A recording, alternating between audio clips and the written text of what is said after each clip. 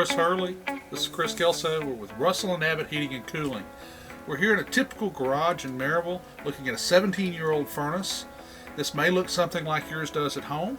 What we're going to do today is test this with a combustion analysis method and show you the new way of deciding if the heat exchanger is okay or not, because a cracked heat exchanger or damaged heat exchanger just isn't safe for you and your family, and we don't want that.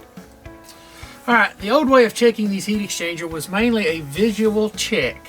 One of the more efficient of the old ways is to take a Borescope. And what we do with this Borescope is we run it inside the heat exchanger to be able to see if we see any cracks. Unfortunately, it's not a very good way to be able to indicate whether or not you have a crack, because there's a lot of places that this Borescope cannot reach in that heat exchanger to visibly be able to check it. This Borescope may look like an impressive piece of equipment. It is a modern piece of equipment, but yet it still doesn't do the job that a combustion analyzer will do in testing the integrity and the safety of your heat exchanger. Chris has drilled a small hole in the flue pipe of the furnace. That's like the tailpipe on your car.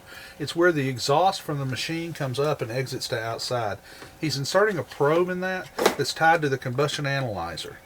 Normal air, outside air, is about 21 to 22% oxygen. We're going to be looking for 5 to 9% oxygen in the byproducts of combustion. We're also going to look for carbon monoxide. Carbon monoxide should be 100 parts per million or less to be safe. Anything more is unsafe. So we can see now the machine has warmed up just a little bit, and the furnace is working properly, and everything is stabilized. We have 11% oxygen. It's a little high, but we'll see a difference on that when we go to variances.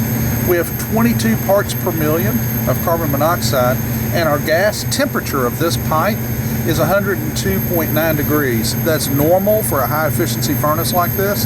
It could be much higher if we had a different efficiency. But these are all well within variance. A little bit of excess oxygen there, but I think we're okay. Now, Chris, let's go and print a report on that.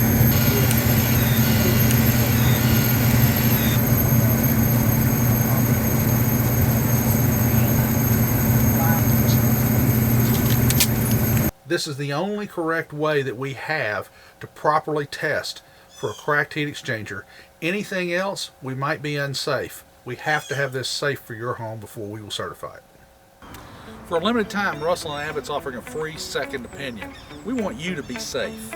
Give us a call for a free combustion analysis. Just whistle and we'll come running.